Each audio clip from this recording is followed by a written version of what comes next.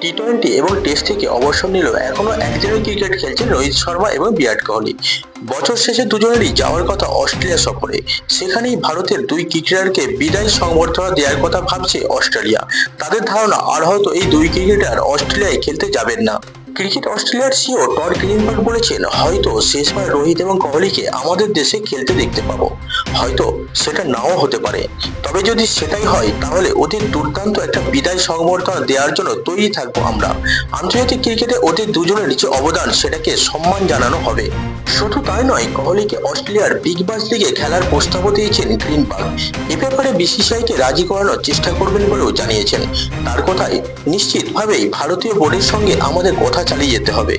এবছর কোহলিকে বিবিএল এ খেলতে দেখলে দারুণ লাগবে, মানুষের মধ্যে আগ্রহ অনেকটা বাড়বে। গ্রিনবার্গের সংযোজন এই মুহূর্তে ব্যাপারটা সম্ভব নয়, তবে এ ধরনের একটা ইচ্ছা আমাদের মধ্যে রয়েছে।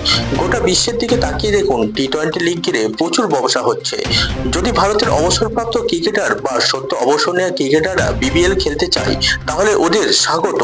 বন্ধুরা, ক্রিকেটের নিত্য নতুন আপডেট পেতে আমাদের চ্যানেলটিকে সাবস্ক্রাইব করে রাখুন।